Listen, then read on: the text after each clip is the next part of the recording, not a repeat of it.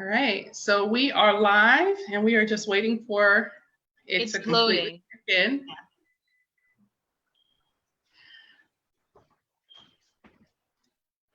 Yeah. Okay, we are here. I see us live on Facebook. Hello, everyone out there. Yes, we are here. I see us live on Facebook. Hello, everyone out there. All right.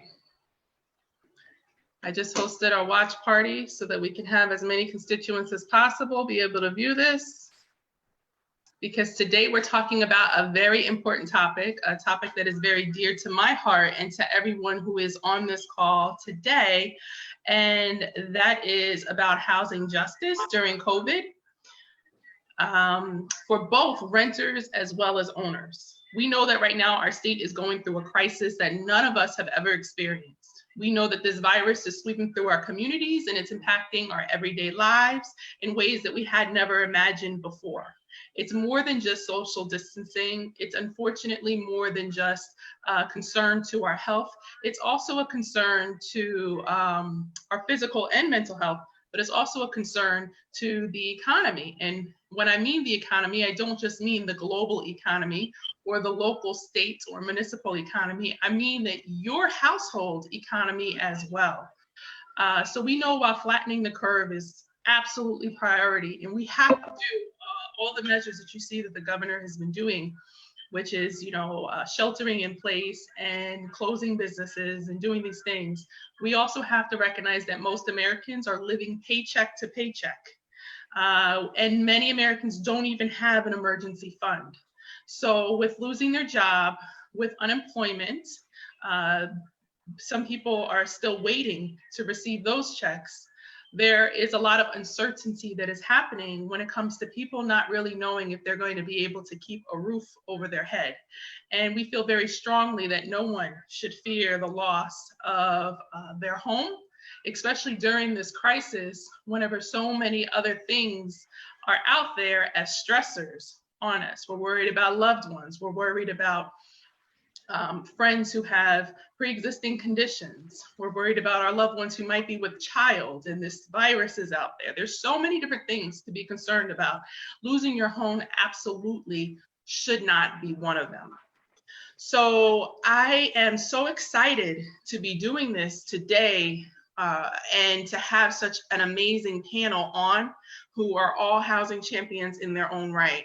And we have a perfect blend of elected officials on the state as well as the local level, along with some of the state's most powerful housing advocates. We want to talk to you about what the solution could be and what it could look like for those who are struggling and concerned about potentially losing their home. Whether or not you're a renter or an owner, we have to stop, thinking about this as renters versus owners. We have to understand that renters and owners are a part of the same housing ecosystem. If you can't have renters if you don't have owners, and owners are not going to succeed if you don't have renters. And both need relief. There is a bill that I introduced in the Assembly. It's A3948. And the bill talks about providing a uniformed mortgage relief as well as rent suspension. Uniform because there are some banks that are doing forbearances differently. Are some of the those who are asking for a forbearance, maybe their credit is going to be impacted, maybe there's going to be some more added fees, or maybe the banks are asking for payment to be due on the 91st day after a 90-day forbearance. We want to see uniformed and fair forbearance. And we also want to see the ability for renters to be able to submit something in writing to their landlord and say, we need rent suspension. We cannot move the state forward without doing something about this housing issue and preventing a future, really, I should say, further growing the housing crisis that we were already in before COVID actually happened. So I am going to go around and introduce all those who you see on this panel. And we're going to dive right in. You're going to hear from the experts about why this is important to the state of New Jersey. So I see that we have I see Mayor Ted Green and also Mayor Baraka. Mayor Ted Green, thank you so much for being on with us. Mayor Green represents the city of East Orange and has very strong housing policies and is a supporter of making sure that all peoples have a place to live and making sure that there is no housing discrimination happening. Mayor Baraka, thank you so much for being on. This is the mayor of the largest city in the state. And Mayor Baraka has been a fierce advocate for housing issues for many years. And the policy speaks for itself in Newark, who really has taken a lead on developing a lot of different creative strategies for how to keep people from being displaced in the community, as has Mayor Ted Green. I see my colleagues on, Assemblywoman Shanique Speight, as well as Assemblywoman Angela McKnight. Now, these two ladies, make sure you also tune in on Thursdays at 7:30. We always do, since COVID, we've been doing informational sessions. Last week we did unemployment. The week before was navigating social services. And the week before that, we made sure that we gave information about just the overall health and had doctors on to talk about health and the impact of COVID in the Black community. Thank you so much, ladies, for being on. We also then have some very powerful housing advocates, Staci Berger from the Housing and Community Development Network. Thank you for being a champion, and you're also joined from the network with Matthew Hirsch as well. They fight, and they fight hard down in Trenton to make sure that there is sound laws that represent diversity in housing, and to make sure that there is affordable housing available for people all throughout New Jersey. And New Jersey Citizen Action, I see Beverly is on. Thank you so much for being here. New Jersey Citizen Action really also doesn't even need an introduction. They have so many different things available to you. First of all, if you're unsure about where you're at in your status right now, you might need help with applying for forbearance, you can always reach out to New Jersey Citizen Action. They do so many different things. They have a lot of auxiliary arms. And a part of that is strong housing counseling. So we greatly appreciate that. And then we have Maria Lopez-Nunez with us, and she is representing Ironbound Community Corporation. Now, Maria and Drew Curtis, shout out to Drew Curtis, actually put this together. This is something that they wanted to see, was elected officials along with advocates talking about the importance of housing and this bill. So Ironbound Community Corp, as well as all the housing organizations, are partners in hosting this forum where you're going to be able to hear from us. So with that said, I'll turn the floor over to the mayors, and whichever one of you would like to say something and speak first, you're more than welcome. Well, let me just say good evening to everyone, and to Assemblywoman Britnee Timberlake, thank you very much, and to the entire panel tonight. I'm very honored to be a part of such a needed conversation, especially with the bill that you proposed in A 3948. As you always said, I kind of listened to you when you talked about folks do not need to have to choose between paying their rent and paying for food. And you're right about that, because as I look at everyone on this panel, we can all agree that in the last 7 to 8 months, weeks, with this COVID-19 really changed all our lives, right? And for all of you who are a part of this proposal legislation, to think of individuals such as y'all did to make sure that people with their mortgages and the rents be able to maintain. I am just very honored, because I know as a city such as East Orange, that we're getting calls every day. And for all of you to take the forefront to just think about these individuals, I'm looking forward to having this conversation, because I know that it's well needed. And it's going to help so many families and so many individuals, not just in East Orange, in these local urban communities that are facing the same situation. So again, I'm just grateful to be a part of the conversation tonight, and I thank all of you. Thank you so much, Mr. Mayor. Mayor Baraka, would you like to say a few words and maybe what this bill means and would mean for the city of Newark and other cities like it? Sure. I just want to again echo my partner over there, Mayor Green, and thank you, Assemblywoman, for putting this together. It's good to have folks down on the state side who are pushing for things that be glad that we can support. We don't have to be out in the front all the time. We can support people who are out there doing the battle. It feels good to just be behind the scenes and lend my voice to whatever it is that you're doing on the state side, which is incredibly important for us. Obviously, there's a serious crisis in the country, and particularly in places like Newark that is already, folks are already insecure in terms of the amount of revenue they bring home to their home. The amount of money they already have to spend on rent is woefully too high. Anywhere between 30 to 50% of their rent. About 75% of the city's residents are renters. So the majority of the people will be affected by this.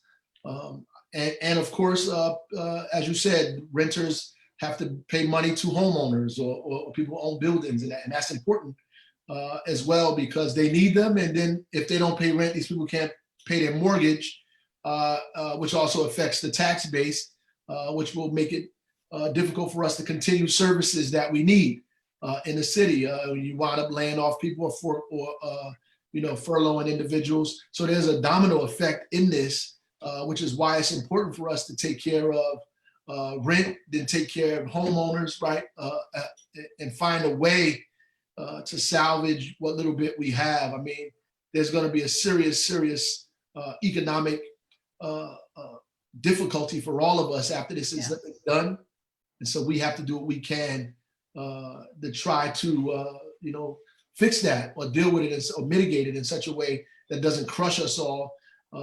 Everybody in America is not going to have this problem, but we are, right? So it's important that, you raise your voice. It just begs the question that we should have passed that millionaire's tax too. But anyway, I appreciate the work that you're doing down there, Assemblywoman, and I'm glad to support you here in the city of Newark. Thank you, mayors. And let me tell you, both of you are doing an excellent job. I'm so incredibly proud of the work you're doing and even taking it further to make sure that our urban areas are even more protected and that here in New Jersey, we do not lead the nation as Black and Brown peoples are a large percentage around the nation of those who are dying due to COVID. You all are taking extra precautions. And I just really have to tell you publicly how much I appreciate both of your leadership during this time. And, it's easy for people to be Monday morning quarterbacks and to think that they would know what they would do as leaders whenever presented with something like a pandemic. But real leadership steps up and makes those hard decisions. And I see you gentlemen doing that. So I just want you to know that I appreciate you and I appreciate the partnership in this bill. I did make a mistake. I failed to mention, and you cannot have a conversation about housing without mentioning fair share housing. James Williams is with us. I think the screen switched up, it starts to move a little bit like dominoes after a while and my eyes didn't catch them. But, fair share housing has also been a major part of this bill. And if you don't know, Fair Share, I'll tell you, part of their street cred is making sure that they were able to get, affordable housing and fight through all of that COA stuff. And even whenever Governor Christie was the governor and was challenging affordable housing where it was at risk of not existing in the state of New Jersey, Fair Share Housing really was leading that battle along with so many of the other housing advocates that are on this call. So James, I'm sorry about that, but gotta definitely shout you out. So let's jump into the discussion. But before we do that, I would like to call on Assemblywoman Speight and McKnight to kind of usher us in, whoever would like to speak first.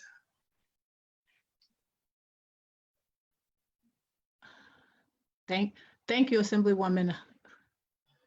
Can you hear me? My mute was okay. I can hear you. Okay. First, I just have to commend you, Assemblywoman Timberlake, for bringing us all together and for introducing this legislation, because we wouldn't be here today if you didn't introduce this legislation. As you said earlier, during this time, we have so many individuals going through so many different things, mental health, unemployment, dealing with their own battles in their own homes. And the last thing that individuals should have to deal with is housing. And I've always said, after sitting on the health committee over the last 2 years, that housing is health. So I just thank you for bringing this all together so that we have this conversation, because this is important. So hopefully we can get this bill passed. Hopefully we can make all the amendments that's necessary so we can push this bill forward for our state. Because what we don't need any one of our residents to worry about is a roof over their heads. So thank you. And also my mayor, Baraka, thank you for doing an outstanding job in this city. Thank you so much. And Mayor Ted Green, and to all the other organizations, thank you for your help. Thank you so much. Thank you for what you do also. Yeah. And Assemblywoman Speight and McKnight, they're actually also prime sponsors of this housing bill. Yes. So, Assemblywoman McKnight. Yeah, so first of all, thank you so much for having me part of this discussion. It's a needed discussion, and it's not a discussion that just happened. We've been talking about fair housing, especially with Staci Berger, for some time. And I just want to, let everyone know, I did introduce a bill. Now it's law to prohibit foreclosures and evictions during the state of the emergency, and up to 2 months after. And I am happy to champion this bill that Timberlake has introduced. So thank you so much for allowing me to champion this bill with you. And as Assemblywoman Speight said, we don't want our residents, our constituents, to worry about a roof over their head. And we need to do more, and we are doing more. We are putting extra measures in. And I just want to let everyone know, in my district, Jersey City, they just passed a rent relief program that will freeze rent on rent control apartments through August 1st or 2 months after this pandemic, which is great. So I want to just give a huge shout out to our city council here in Jersey City, as well as Mayor Phillip, for championing that and helping residents here. Because we all know that living in the state of New Jersey, the rent is very expensive, and housing is very expensive. So thanks again for allowing me to be here tonight. And I'm looking forward to hearing what the experts have to say. And it's great that legislation and experts advocacy, we are working together to help the citizens of New Jersey. So thanks again. Thank you so much, Assemblywoman. And that bill that Assemblywoman McKnight was talking about, that was the bill that made sure that we froze the evictions and foreclosures. So right now, if your landlord is threatening you, or if you're getting letters from your bank that you're going to get foreclosed on, right now, no one is allowed to do that as far as you actually being evicted and actually being foreclosed while the state of emergency is in place. And it was a great honor to work with you on that bill too. We often all work together, and that's how we are able to move the state forward for people. But with that said, let's jump into the discussion. We do have an order, but I really just want this to flow very organic.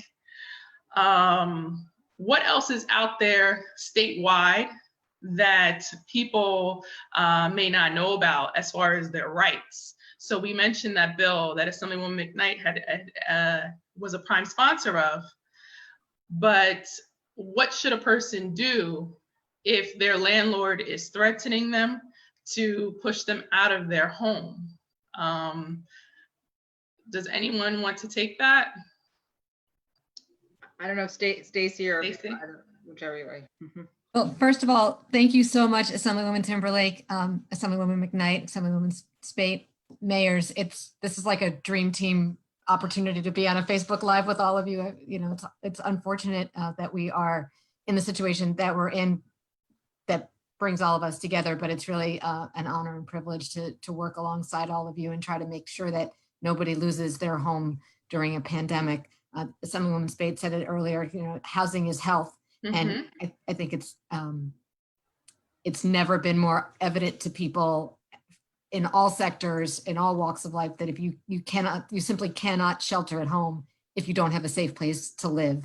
And if the place that you live in is unaffordable or unsafe for you personally, that is a crisis that demands attention from all of us at every level of government and every kind of advocacy organization. We need to make sure that we can protect each other's health by having people be able to stay home in a way that is safe and affordable for them.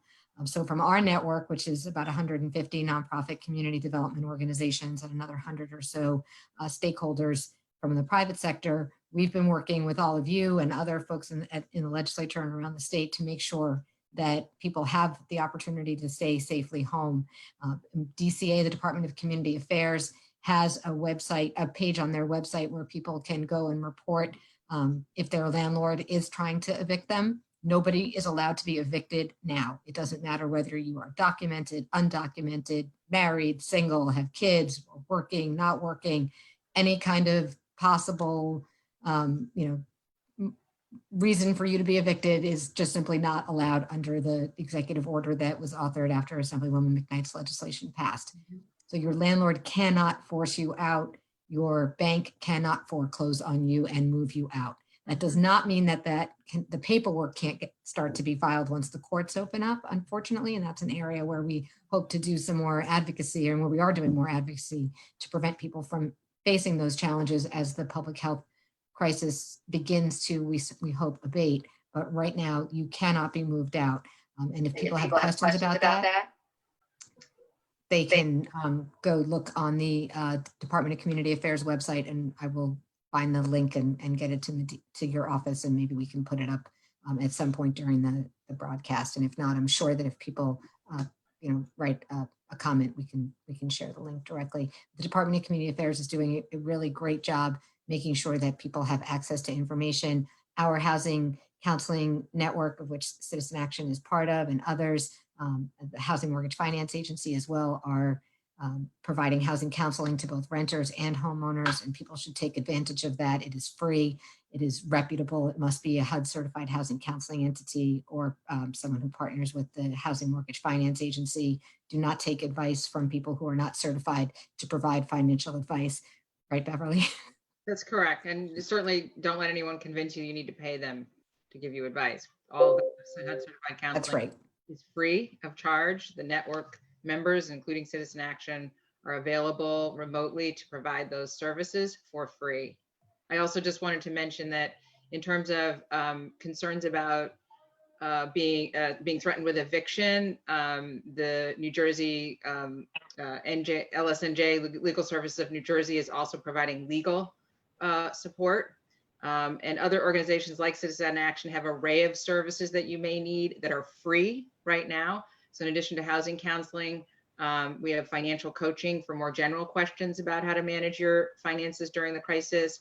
We're also continuing to do as much of the healthcare enrollment, affordable healthcare enrollment plans that we can remotely. So organizations like ours, if you contact us, so many of us are continuing to do direct services remotely in addition to the housing counseling. So just want to make sure you know that. And we are also taking we're going to be doing a lot more of housing discrimination investigation. So if people feel that they've been in some way discriminated against, they should contact us to initiate investigations. But as Staci said, all these services are free. The mediation program has been expanded, and we are all now, we don't normally, but we are now able to talk to renters if you're having problems. Yeah, can I say that in Newark, we have the Office of Tenant Legal Services that you can reach out to. Kabira Myers is an incredible person. She does a great job. She's like a one-woman army. And, she will get in there and help and defend you as much as she possibly can. It's free.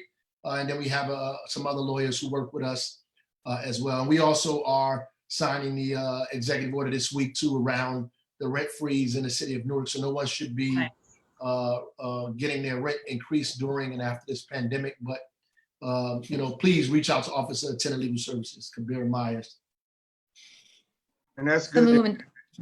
Go ahead, Staci. Oh, I was just going to say, I just do want to make sure people know that if they can pay rent, any portion, they should. If there's, if folks are in a position to pay, it's not a rent freeze yet, or potential until there's additional legislation. And so we don't, what we're concerned about is that people, wind up at the end of this period having to pay the whole rent, right, all of the back rent all at once. And that's why the Assemblywoman's bill is so important. It's why Assemblywoman Timberlake's bill is so important, because it gives tenants the ability to repay over time.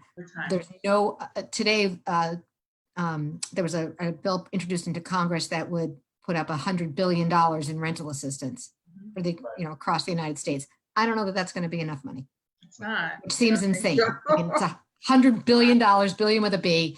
And even if President Trump were to sign that bill right away, which nobody, I don't think thinks he's going to, I'm not sure that the president's going to sign that bill right tomorrow. It's just not going to be enough money. And so we need to make sure that tenants have the ability and homeowners have the ability to pay over time. And that's really what the Assemblywoman's bill does that makes it so special and so important.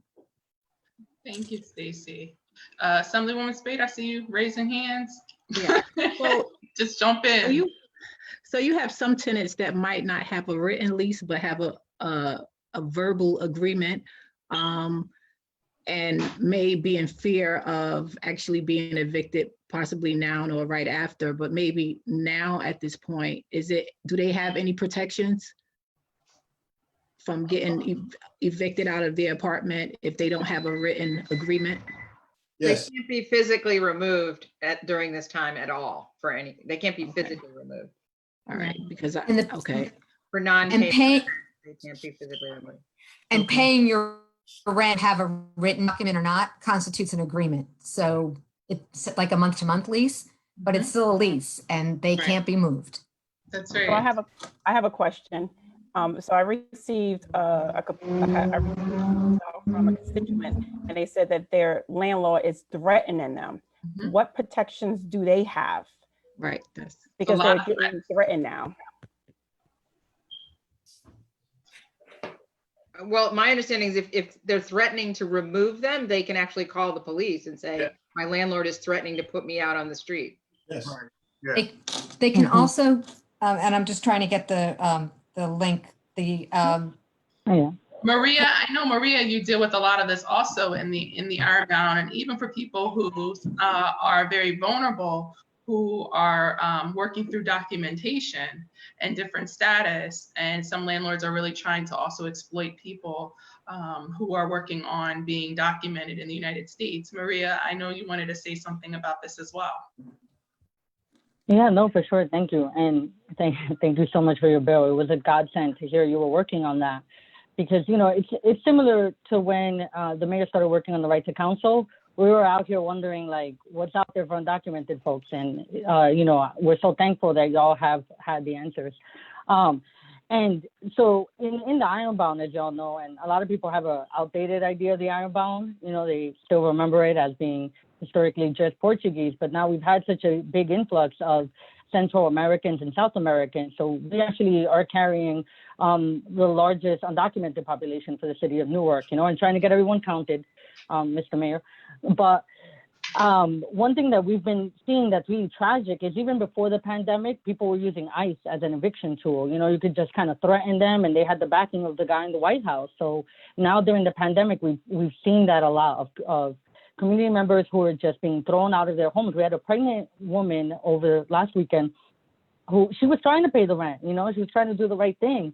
But unfortunately, it was a misunderstanding with the officer of even clarifying that, right? It's important for all of us to clarify with officers. You can't just take the landlord's side and throw people out. She found, I won't get into the details of the case, but it was very complicated. And I do want to really lift up the Office of Tenant Legal Services, because Cabrera was out, working on it over a weekend. I know that they were really breaking their back in the city of Newark to try to protect people regardless of documentation status. It's why there are key provisions in your bill that are going to be so important to making sure that we're as inclusive as possible, because we're seeing a lot of things pass that just don't cover everyone, and we want to make sure that folks that are the most vulnerable, who live not even paycheck to paycheck, but often cash, cash in hand. Yeah. It's very difficult for them to have a lot of documentation of anything, that they're still covered, because we're all in the community together. So I'm very thankful for all your work.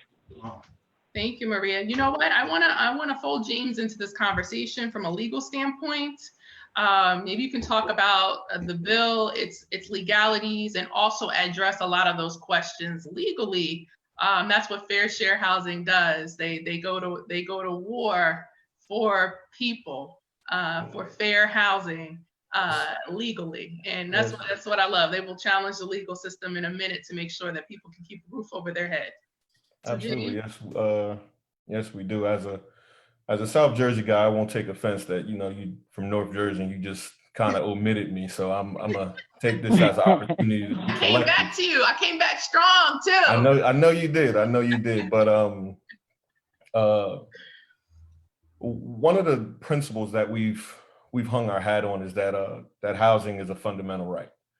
And if we start from there, then everything else from housing becomes a lot more concrete. It's not optional. It's not something that is secondary. It's a fundamental right, and we've litigated successfully here in the state through many municipalities to ensure that affordable housing and access to housing is a fundamental right for everybody within this state. And you mentioned that my team, Adam and Eric and Kevin, before he was our comptroller, did an amazing job of litigating and researching, finding ways to kind of create precedent.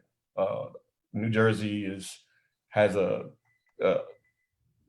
Mount Laurel doctrine. It kind of created so much affordable housing all throughout the state, and that was in assistance with Staci and Matt, Maria, and other advocates all across the state. NAACP did an amazing job of making sure that we established that. But to your bill, we in our research, we found out that obviously this isn't the first pandemic that the U.S. has ever seen. So there is a precedent to your bill, and it speaks to two critical points. It addresses the moment and it looks past the moment.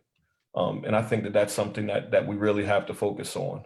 Establishing the framework for the mortgage and the rent piece not only handles the now, but the future is, if we don't address these issues and have the appropriate parameters in place, what ends up happening is really two things. We end up having homelessness or microwave gentrification.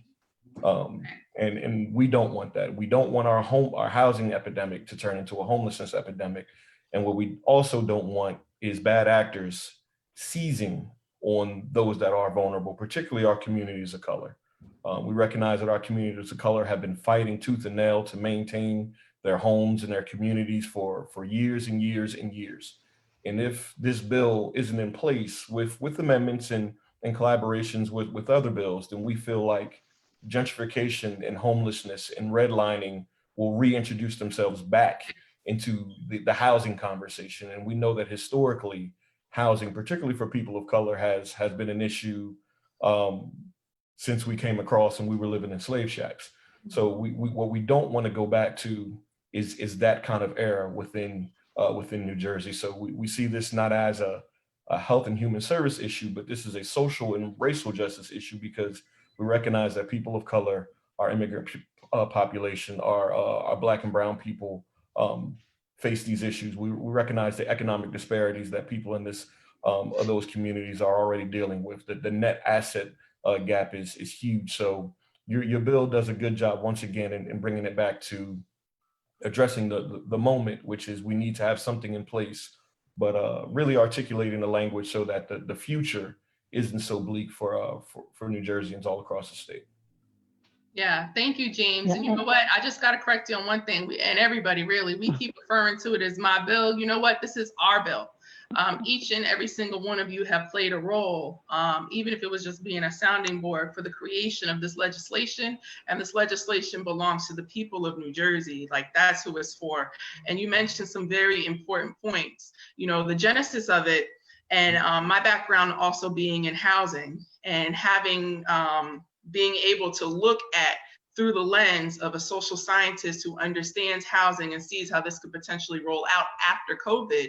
What we're really talking about, if we don't do something to provide a uniform mortgage forbearance, if we don't do something to make sure that people can suspend their rent, if you don't have income, you've been laid off, you've been told your business is non-essential, you've been told your job is not essential, there is no income, where is it going to come from? If we don't do something about that to make sure people can keep the roofs over their head, I guarantee you, and I'm sure everyone on this teleconference will agree, that the homeless population is going to increase drastically.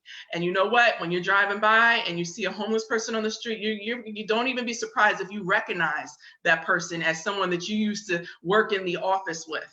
Okay. And there isn't enough money to be able to fix this, which is also important that we fix it on the policy level. You know, the solution isn't always throwing dollars and throwing tax dollars at the problem. We can do that too if it's there, but we have got to make sure that we get the policy right so that we don't have to break the bank, because quite frankly, all of the money that even Staci had made mention of on the federal level isn't going to help all the people who are in need. And if we can't help all the people who are in need, we're failing. We have to at least help all the people who are in need to keep a roof over their head. And New Jersey is actually still leading the nation in foreclosures, okay? And leading New Jersey in foreclosures are our urban areas.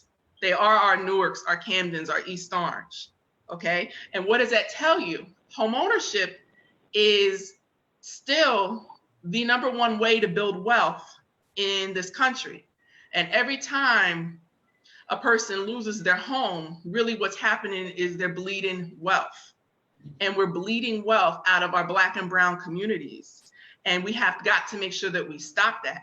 We've done a lot of different work on the housing side to make sure that we are preventing foreclosures and changing different rules and laws and trying to level the playing field to stop that bleeding. But New Jersey, without COVID, is still leading the nation in foreclosures.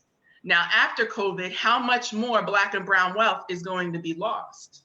So I'm sorry, James, you get me fired up, but this is the heart of the bill. This is the reason why we have to do something.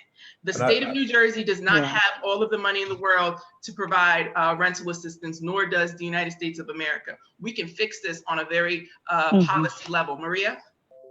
Okay. I think that just to I really want to lift up what you're saying, because and I love your framing, the People's Bill, because, we've been so touched that ICC, just at the hard work you're putting in and all of you are putting in to make sure that you're getting input from the people that are most impacted, right? Because it's so often that people think that they know what's best for our communities. Like, we live here, we're going through it and we go through it together, right? So people should ask Black and brown people how to solve problems that affect Black and brown people. So it makes me so happy to see that the majority, I now wonderful allies, of course, but that the majority of this call is Black and brown people. That really touched my heart. But I also want to lift up the brilliance of the bill, that it lets us also figure it out, right? Like, enter into as to the rental part.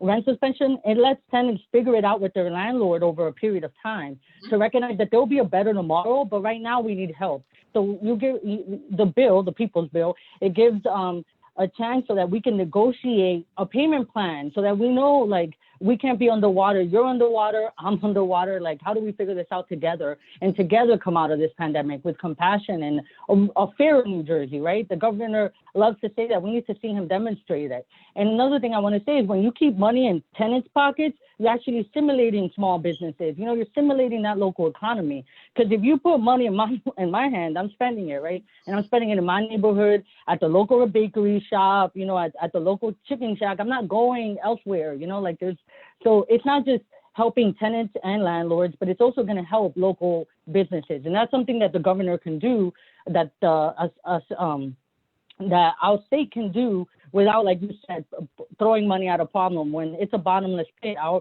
communities are hemorrhaging right now, and all we're asking for is a chance. Yeah. So I really hope that the bill gains that speed to give us a chance. Thank you so much, Maria. One of the pieces that that our bill has that I think that we're really attracted to is it's open.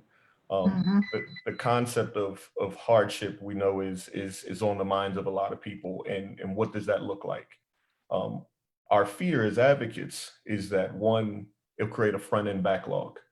The paperwork, the manpower that it will take for people to process and scrutinize what is hardship. Secondarily, once again, we have to keep a watchful eye on the bad actors. Are certain populations going to be screened out? If you come from certain zip codes, if you come from certain nationalities, if you have a certain name or a certain economic threshold, will you get ushered out?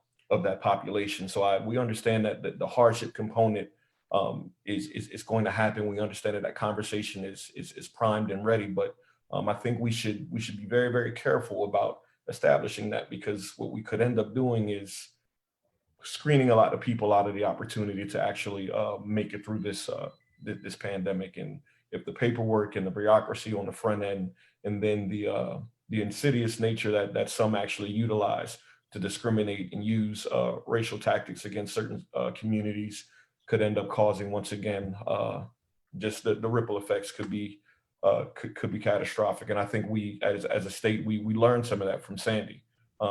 There wasn't fair and equal restorative justice after Sandy to certain communities. And if we put that hardship layer on the front end, we could find ourselves having that, not just Sandy, but now, our shore folk, but everybody across the state could end up being affected by that. And once again, to Maria's point, looking at our Black and brown communities, our Camdens, our Newark, our Atlantic cities, Trenton, Patterson's, Irvington, how are these communities going to be affected by a front end hardship? And hardship right now is childcare, loss of job. What if you had to bury a family member? What if you're supporting another family member? What does hardship look like during this pandemic? So I think that's a term, it's a phrase that's being thrown around, but I think we should be very, very careful about how we interject that into this place, because everybody's affected. I think everybody on here, it's not even a 6 degrees of separation. We all know someone that's been affected by COVID, so that we're all in this traumatic space together. Mm-hmm. Yeah, we're all in this traumatic space together, and I think that we should recognize that makes this once again our space. Doesn't just belong to to those that are in the hospital, but all of us are affected by this. James, that was well said, man. Because we all affected by it, man. All those things that you pointed out, we're witnessing it every day in our communities. I know that the local mayors, Mayor Baraka, Tony, and Dwayne, we all talk about all the things you just went over, from childcare, from rent, from mortgages. So again, as you say, this is something that we all have to buy into. So again, it's real. I just also want to say that this concept of hardship is something that the way in which you've approached the bill, I think, is important, because the fact of the matter is so many of the most vulnerable people that are going to be impacted by this crisis were already living in hardship. So as we've said, people can't afford their rent already. The wage gaps. People are, and I was asked to talk a little bit about people with student loans, what small businesses are going through. You're talking about Main Street businesses that, they don't know if they didn't know if they were going to make it from week to week before COVID.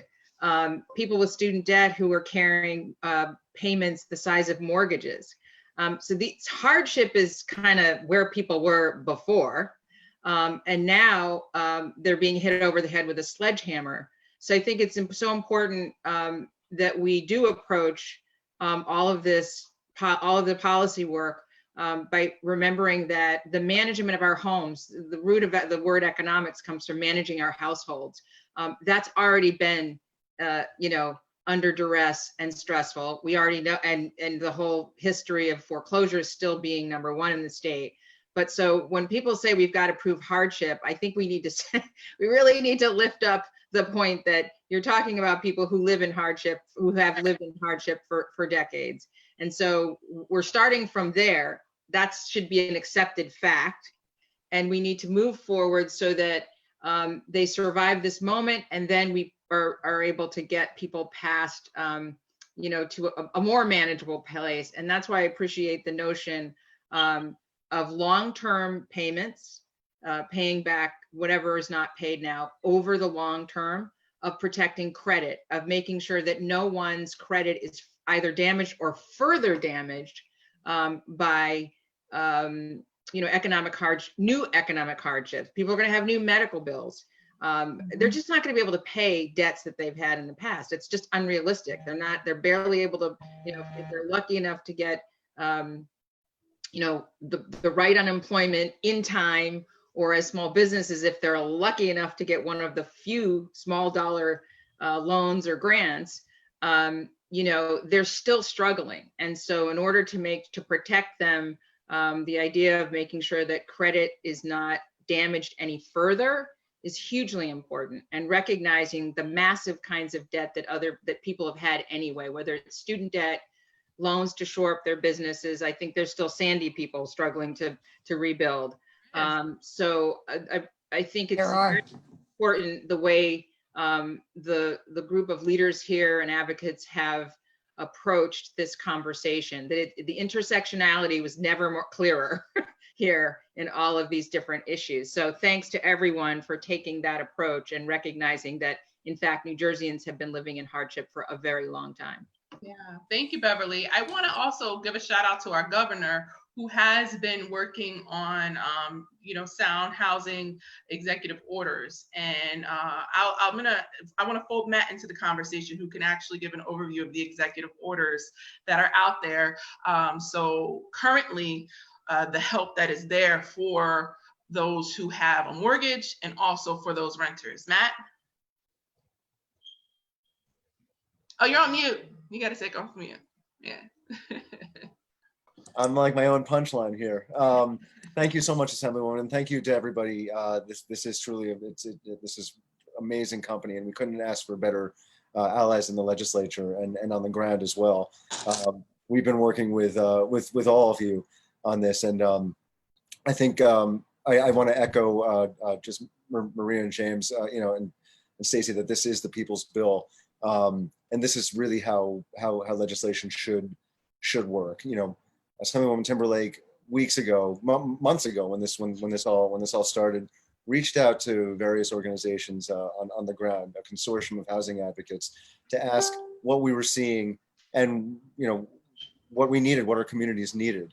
And so your legislation, this legislation reflects our legislation reflects these principles. Before we get into the executive orders, I did just want to point that out, that any legislation that comes out of this, we had the executive orders that came in that really were intended to stop the bleeding, and we have to applaud Governor Murphy for that. Any legislation that comes out of this needs to reflect kind of long-term principles that can sustain our communities for the long term, because as Beverly just said, our communities were already in crisis in many ways. There were life and death situations already in many communities. There were folks who were at risk losing their homes, losing their jobs already. So our legislation has the ability to kind of provide a much more stable foundation. Those principles include mandatory and universal forbearance, rent relief options, fair repayment standards, 6 months of forbearance and rent relief retroactive to the start of this crisis, and still has that. We mentioned executive orders. Back at the end of March, Governor Murphy enacted Executive Order 106, which imposed a moratorium on removing families and individuals from their homes pursuant to an eviction or foreclosure proceeding while the public health and state of emergency were in effect. And just to echo what's already been said, tenants cannot be asked to leave their homes for non-payment during this time. So this time will end though. And so what we have to do through legislation is make sure that families will be able to stay in their homes who many of whom are not working through no fault of their own. And that's something that I think all of our policymakers need to remember. The governor also then shortly after announced an agreement with about 40 of the state's largest lenders on a 90-day grace period for mortgage payments. So basically what he did is he's encouraging anybody who is having difficulty with their mortgage payments to contact their lender. And through this agreement, financial institutions can offer mortgage payment forbearance of up to 90 days to borrowers who are economically impacted by the pandemic. The institutions, according to that agreement too, the institutions are also supposed to provide borrowers with a streamlined process to request forbearance and confirm approval in terms of the forbearance program, provide borrowers with the opportunity to request additional relief and because of hardship related to COVID-19.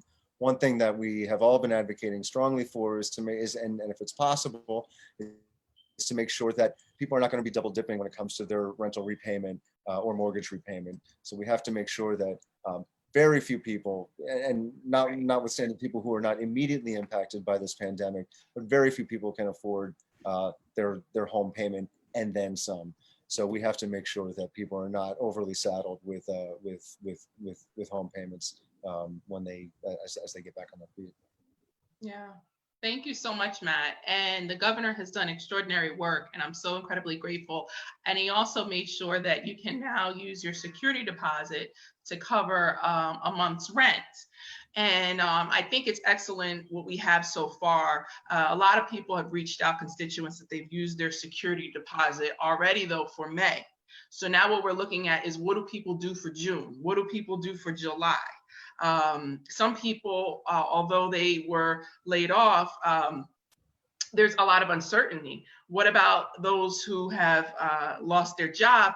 Will they all be employed again in the same capacity? Because a lot of businesses are now struggling. So we really have to make sure that we're doing the best policy as possible to answer those questions. And I just can't thank you all enough for working on that policy in this bill, the People's Bill.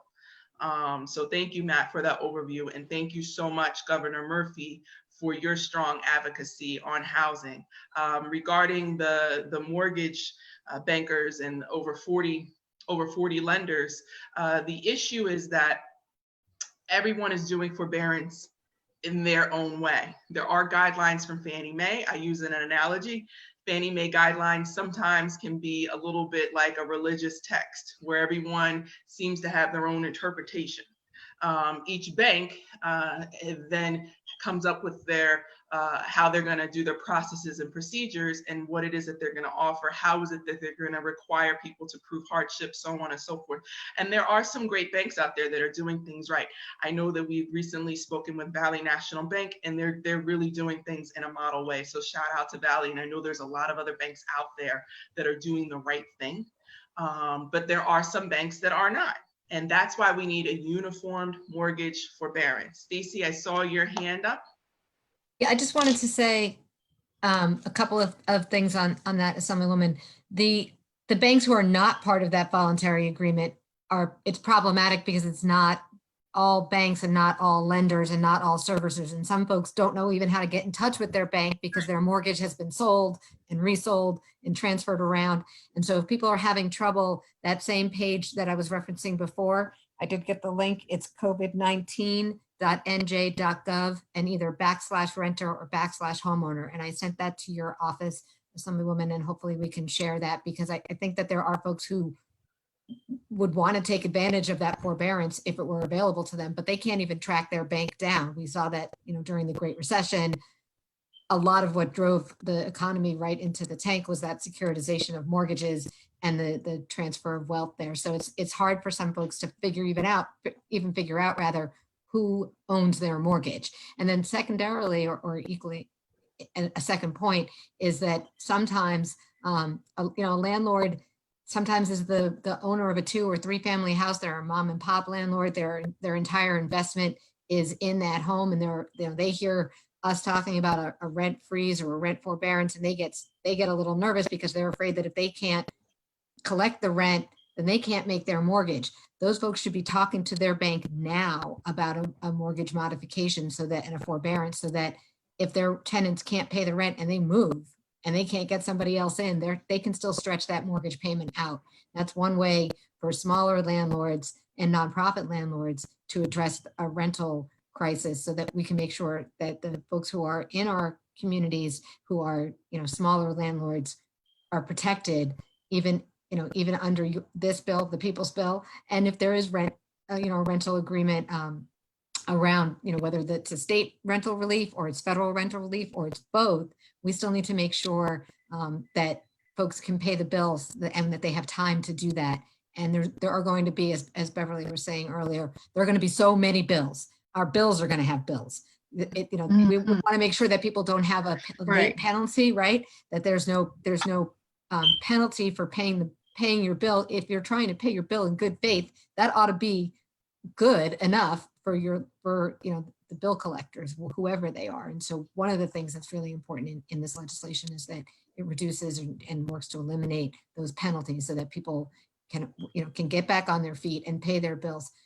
I think we need to assume that people want to do the right thing, and that if they have the resources and the ability to do that, they want to go to work, they want to get a paycheck, they want to pay their rent, they want to pay their mortgage, they don't want to pay an unfair rent, they don't want to pay an unfair mortgage, they don't want to pay unfair fees, and they want to be paid fairly for the labor that they do. And so that's the social contract that we're asking the legislature to endorse and the governor to sign, is to make sure that people have the ability to pay their bills and do that in good faith.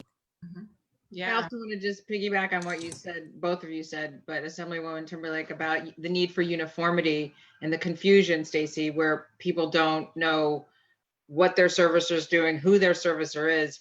And there's a little bit of that in the student loan space, in that federal loans have been given a really good provision, a grace period of 3 months where student loan borrowers don't have to pay their loans back. And those are federal loans. Unfortunately, there are many federal loans who are excluded from that. And so people really need to understand whether they're covered or not, so that they don't fall into problems where they haven't paid and they're going to get in trouble. And there's the same, oh, sorry, fire trucks. thank you to our first responders. Right. Let's see. The same issue in terms of private loans in the state of New Jersey. New Jersey's among a number of states that have negotiated forbearance for student loans. But again, the terms are not dictated. And so each of those servicers is going to be able to, will have their own plan. And so it's important that people seek help and advice for whether it's housing counseling or it's student loans, that people are really careful and get the right information so that they don't end up with more problems and more debt and more confusion. And that's where the spirit of uniformity is so important, because we don't have uniformity between the federal protections, the state protections. And then we even know that we've got municipalities that are doing great things, and not everybody knows that. So, any time when we're able to put in some uniformity, I think that's hugely important. Yeah, absolutely. Thank you so much for that, Beverly. And I know you have some slides as well that you wanted to share. Well, I don't know, because I can run through them really quickly, but we're sort of having this free-form conversation. Yeah. Whether it's necessary. All right, so we'll hold off. But if anybody, you can always contact New Jersey Assistant Action, and Beverly's there for you. And also, Staci, the different links and things you've been shouting out, we've been definitely putting in the comments. So just to do a quick overview, because housing can sometimes be all over the place, because it really is a very complex issue in our country. It really shouldn't be, but it is. This bill, the People's Bill, it does several things. Rent suspension for those tenants who have loss of income, and they can ask for a rent suspension in writing and work out a payment plan with their landlord. Okay, that's for the renters.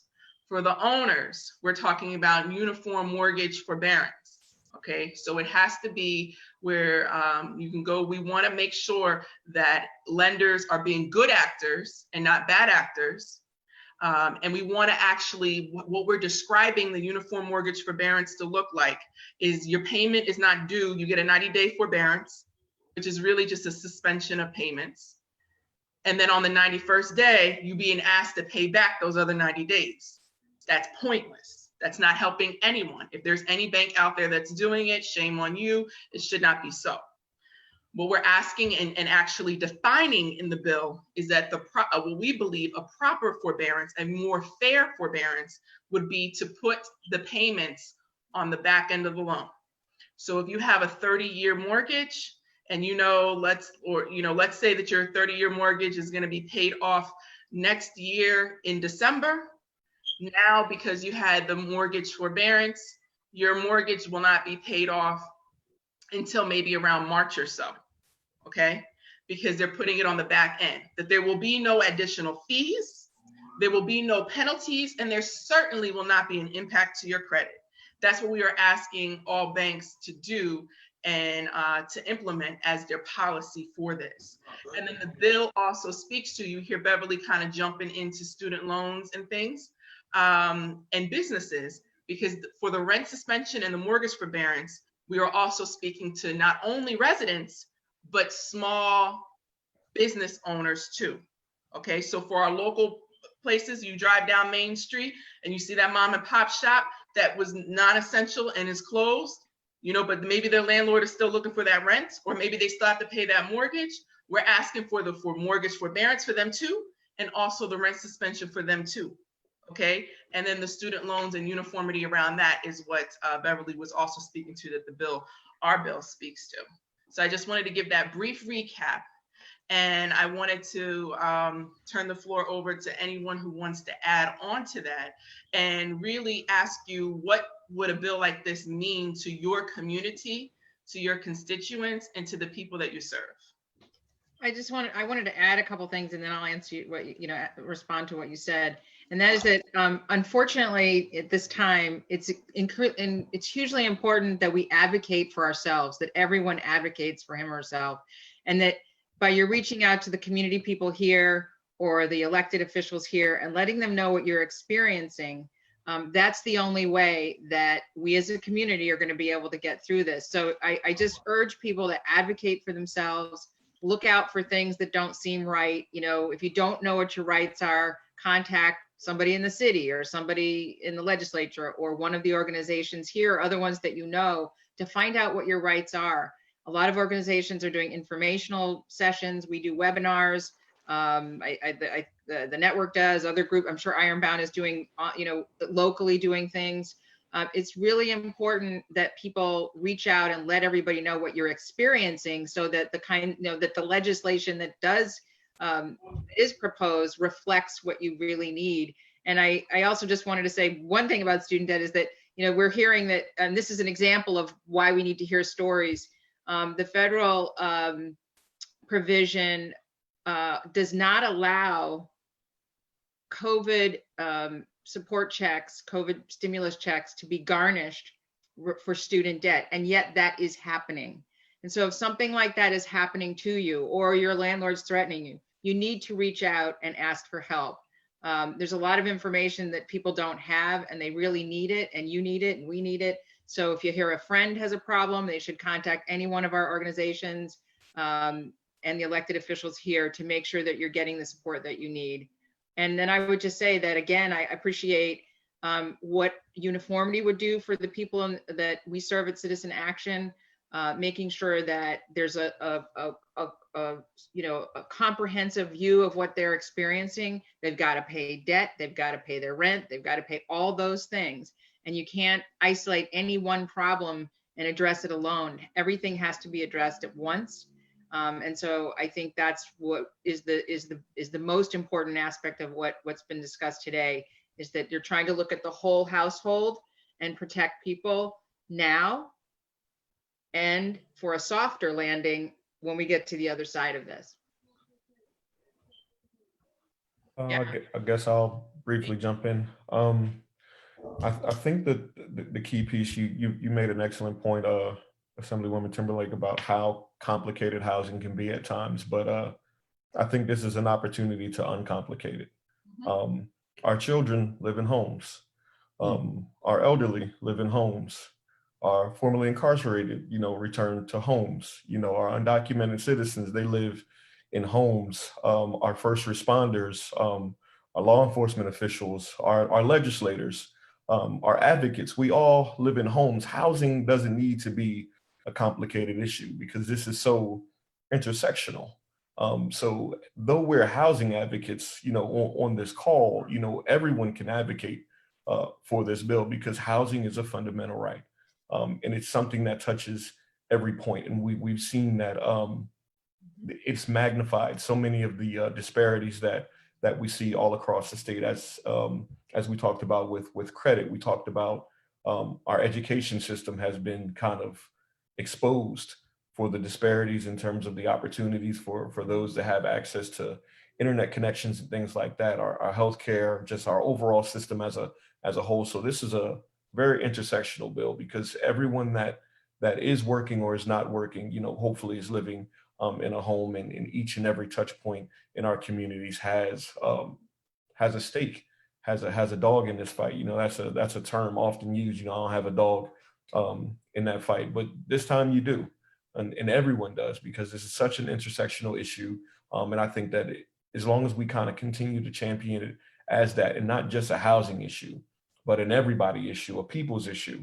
And I think that that we can get this to the finish line. And I want to thank you for having for being bold and for introducing the bill, but also being comprehensive enough to bring others to the table and recognizing that the bill that the bill was a start, and that we wanted to bring the best bill, recognizing that perfection is difficult in this time, because unfortunately sometimes the politics outweighs the policy, and policy sometimes is really focused on the people, and we want to wash away with the politics and just go forward with the policy. And we thank you for really bringing all this hodgepodge of, this motley crew that we are, this housing group, to the table, and allowing us to lend our voice so that we can bring the best bill. We recognize it's not going to be perfect, but it's something. It's something, and I think that's so important in this moment, because homelessness and gentrification to me are right there on the other side of the cliff. I mean, we're at that tipping point, and if we don't fight tooth and nail extremely hard, the next time we meet, that's going to be the talking point.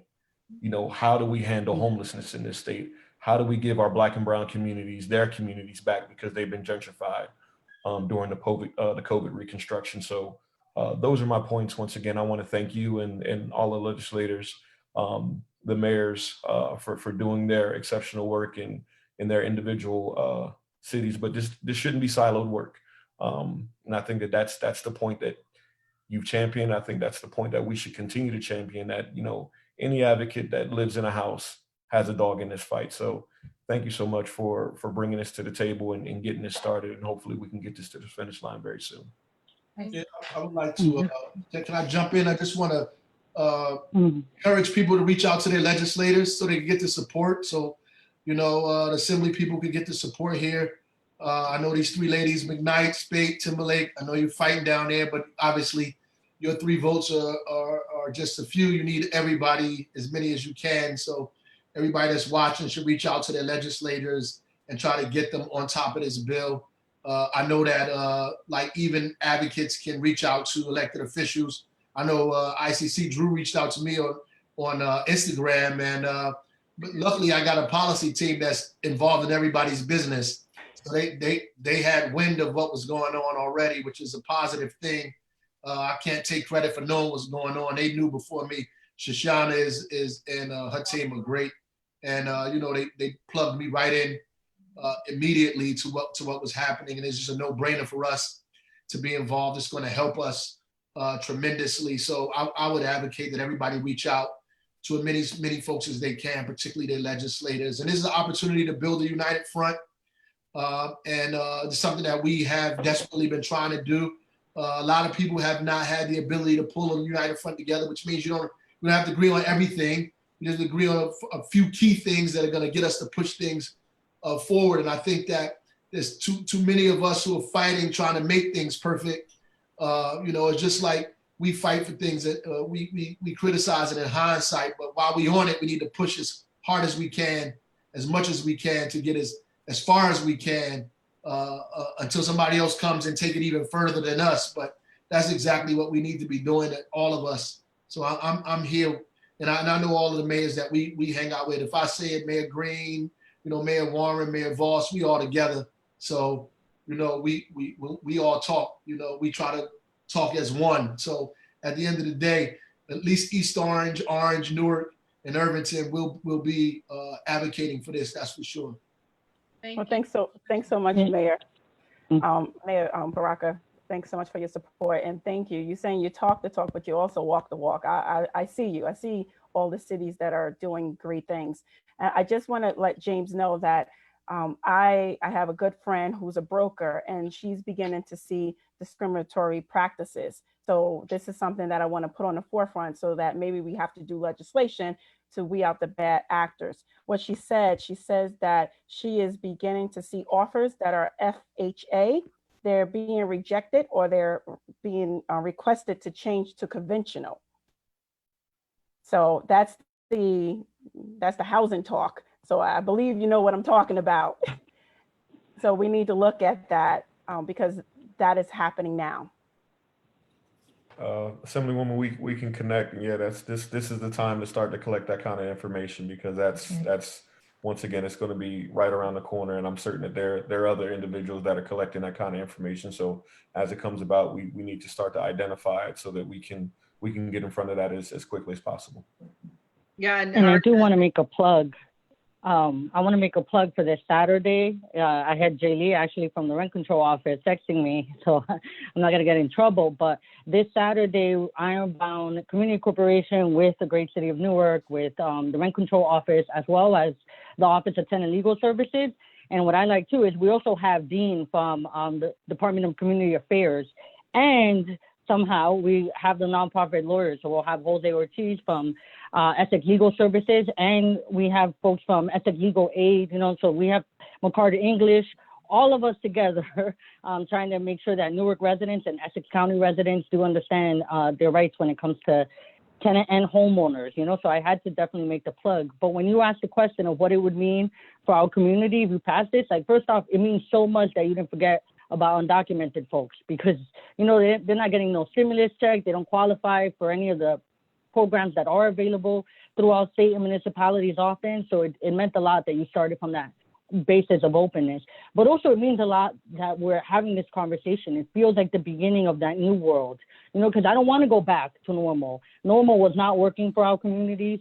It was not working for Newark. I want better. I want so much better for our people. I think that this could be the start of a Green New Deal for New Jersey, like a bigger visioning, and that will really be transformative, because we really can't go back to that normal that was leaving people without homes. I know we're focusing on people with homes in this conversation, but there are people that don't have homes that could have homes, because we do, I immigrated here from Honduras, and I didn't believe all the inequalities in this country.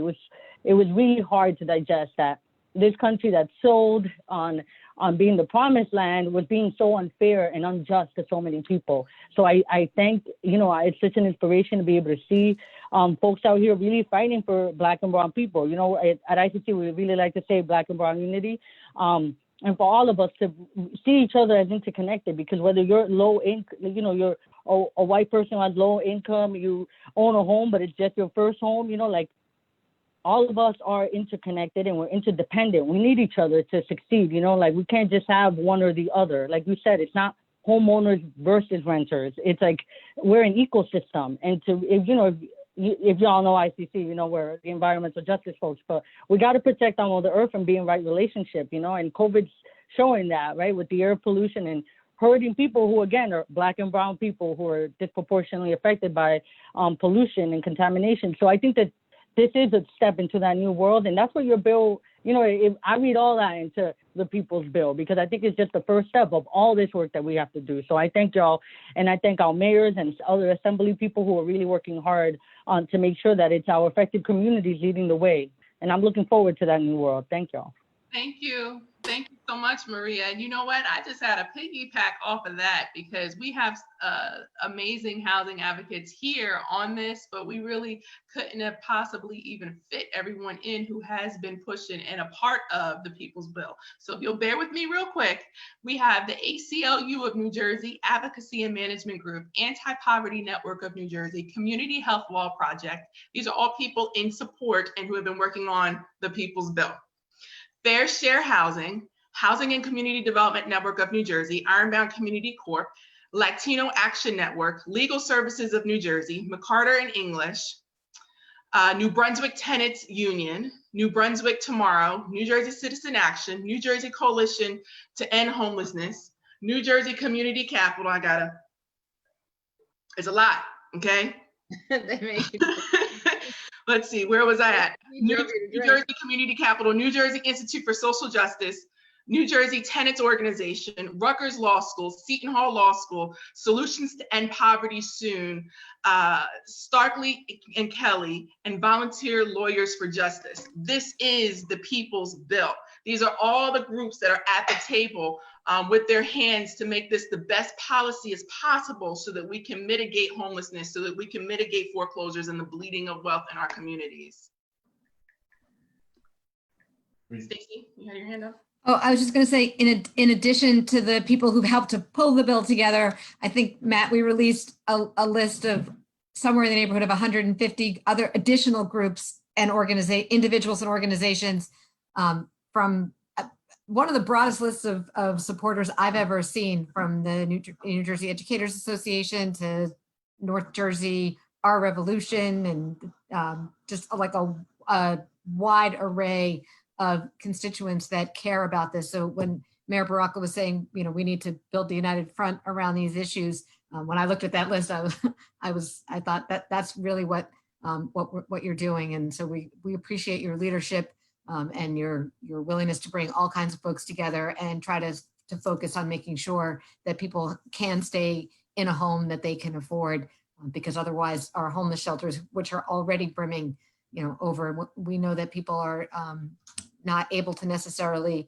go to the homeless shelter that they might have gone to before, the food pantry they might have gone to before, that, those resources are really, really, really under-resourced and underfunded. And we don't want to spend money keeping people in unsafe places. We want to make sure that everyone has a home that they can afford and that keeps them safe. And if we can't do it during a pandemic, if we can't look at a healthcare crisis that is based on keeping people in a safe place to live and figure out how to make sure that is what we do after, to Maria's, an excellent point. I wouldn't even try to say it any better. She said everything I was thinking. If we can't do that during a pandemic, then that's really on us. Yeah, and I also want to thank too Speaker Coughlin, who is amazing, and thank you for your support and your encouragement for me to work and draft this bill. Thank you for that support. It really does mean a lot. And I know I have to say to our very own housing chairperson, Benji Wimberly too, who unfortunately was unable to join us today, but is in support and is also a prime sponsor of that of the People's Bill. So it just means a lot when everyone is working together. So that's why there's so many thank yous, because this is a holistic approach to getting good, sound policy done. Mr. Mayor Green, do you want to talk about what this would mean to your community and some closing remarks? Listen, I'm all in with supporting this bill.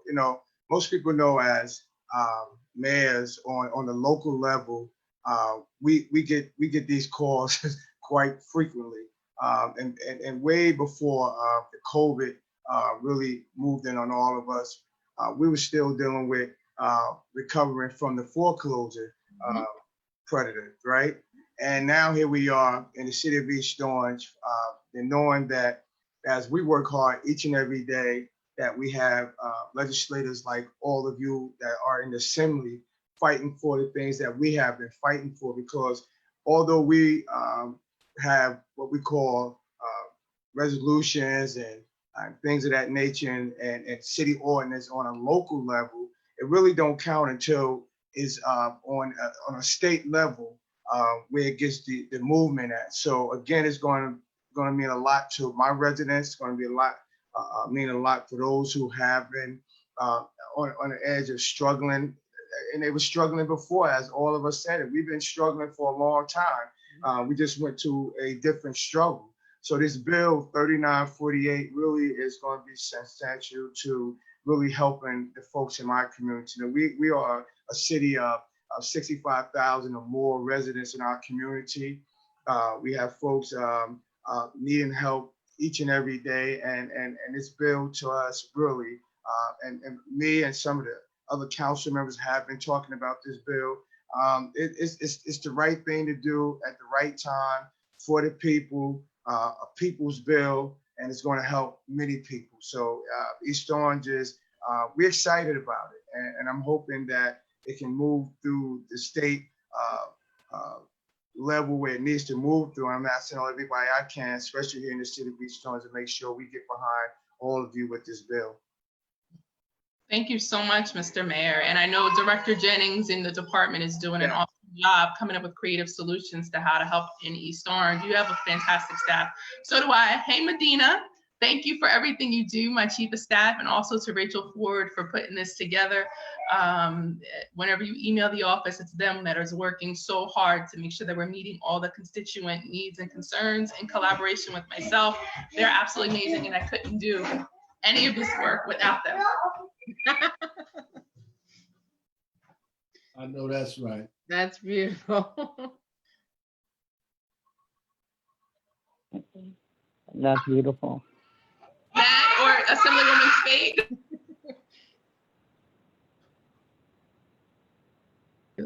Chairperson is speaking over there. We better. Thank you, Assemblywoman. I often said that, and had conversations with quite a few people. When you go home, your home is your place of peace. And right now, we don't want people to worry about, where they live and not being a place of peace. And, at this time, we're telling people stay home. It saves lives. If we pass this legislation, it's going to save some lives. And we need to keep people in their homes at this moment. So I know that this would definitely help out for the constituents in my district. We have lost quite a few to COVID, but what we don't need to do is lose quite a few individuals to losing their homes. So this is legislation that we definitely need to work hard on. And I know we have the support of my mayor and the support of other legislators that's going to come together and make sure that we're able to make any amendments that's necessary. So Britt, we can't call this 3948 the people's bill.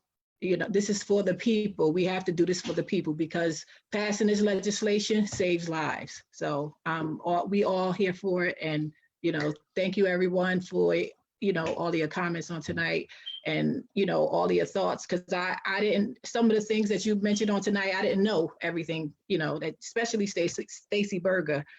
Just thank you so much. Thank you. It's an honor to be with you all. Thank you for all of your leadership. Matt, I think you might be the last one. I think everyone else had words. Unless if I miss somebody, call me out like James did. What? Words. So yeah. So no. This is. I mean, I think I don't know how I follow up with everybody with everything that everybody's already said, but it's we have to make sure also that one thing that I did leave out is that when we talk about the principles of this legislation, things that can kind of be building blocks for the future, landlords that benefited from the CARES Act or got federal subsidies or are involved in their own forbearance, because we do have to remember that, this isn't legislation that vilifies landlords. This is legislation that supports landlords and tenants to create stable places of living. And as Assemblywoman Speight just said, we need to keep people in our homes as a matter of policy. That's what we're being asked to do. So it makes no sense to create an untenable living situation for tenants. So we have to make sure that landlords who do benefit from any federal or state action pass that on down to the tenants. That has to be mandatory. And I know that you've committed to that key principle in the People's Bill. So all I can say is that this is legislation done right, and this consortium and the broader consortium and all the people who have participated in kind of forming a comprehensive piece of legislation now and more pieces of legislation to come. This is I think this is really how we need to do this, is working together to respond to a very complex crisis. Thank you so much, Matt. And it's a privilege and an honor to work with each and every single one of you and all those supporters of this piece of legislation. The bill number is A3849.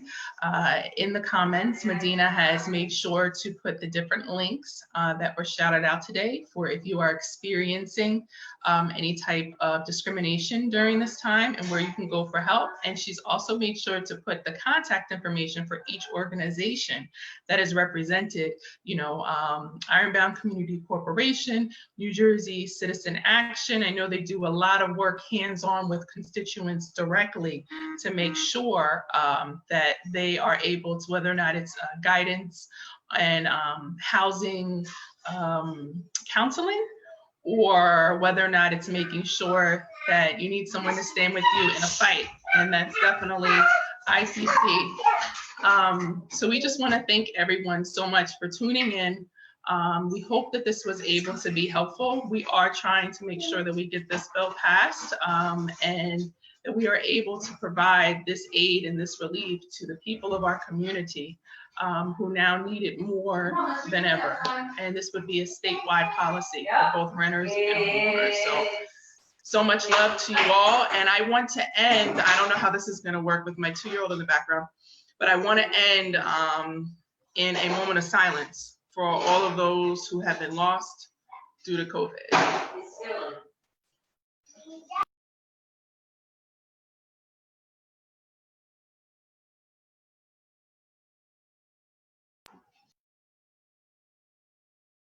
Thank you. All right, everyone. Take care. Thank you. Thank you, Assemblywoman. Thank you, everyone. Good night, everyone. Thank